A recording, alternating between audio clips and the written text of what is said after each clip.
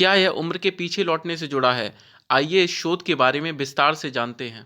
आज दुनिया भर के बाजार में तमाम कॉस्मेटिक्स और कैप्सूल मौजूद हैं जो लोगों को कुछ दिनों में जवा दिखाने का दावा करते हैं।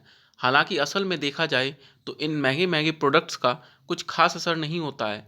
ऐसे में साइंटिस्ट उम्र दराज लोगों में युवाओं जैसी चुस्ती फुर्ती लाने के लिए लंबे समय से प्रयोग कर रहे हैं।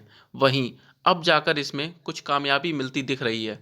हार्वर्ड यूनिवर्सिटी के एक्सपर्ट की इस रिसर्च की माने तो शायद कुछ समय बाद 50 साल की उम्र का इंसान भी 30 साल के युवा जितना ताकतवर और खूबसूरत लग सकता है। यानी कि उसकी स्किन उतनी ही कसी हुई लगेगी जितनी किसी नौजवान की होती है। अब आप सोच रहे होंगे कि आखिर ये कैसे हो सकता है।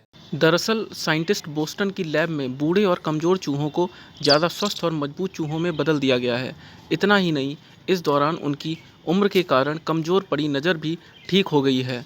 हार्वर्ड मेडिकल स्कूल और बोस्टन यूनिवर्सिटी के इस जॉइंट शोध के बाद शोधकर्ता डेविड सिंक्लेयर ने साफ तौर पर कहा है कि उम्र एक रिवर्सिबल प्रोसेस है जिसके साथ छेड़छाड़ संभव है।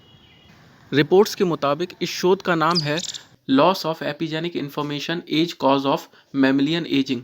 इस प्रयोग में पाया गया कि उम्र को पीछे लौटकर वापस युवा बनाया जा सकता है। इस दौरान एक और चौंकाने वाली बात ये भी सामने आई है कि एज न केवल पीछे लौटती है बल्कि इसे आगे भी बढ़ाया जा सकता है। किसी भी शरीर के पास अपनी युवावस्था की बैकअप कॉपी होती है।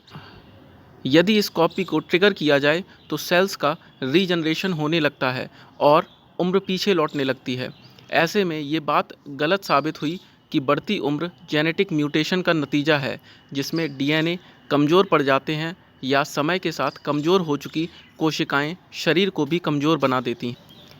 शोधकर्ता सिंक्लेयर का कहना है कि जब कोशिकाएं अपने ही डीएनए को ठीक से रीड नहीं कर पाती हैं तो बुढ़ापा आने लगता है। जिस तरह कोई पुराने और ढीले पुर्जों वाली मशीन पर आने वाला सॉफ्टवेयर करप्ट हो जाता है, इस रिसर्च के दौरान बूढ़े और कमज़ोर नज़र वाले चूहों में ह्यूमन एडल्ट स्किन सेल्स को डाला गया है।